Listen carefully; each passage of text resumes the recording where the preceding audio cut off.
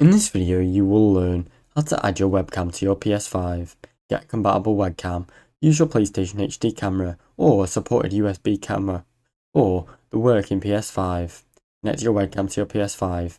Plug your webcam USB cable into one of the PS5 rear USB ports. Open the PS5 settings, go to your home screen, go to settings, accessory and then camera.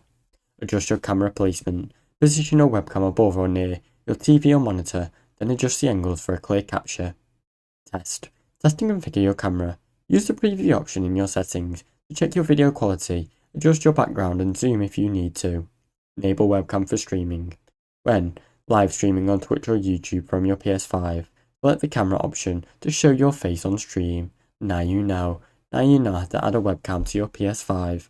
Thanks for watching. Don't forget to like and subscribe.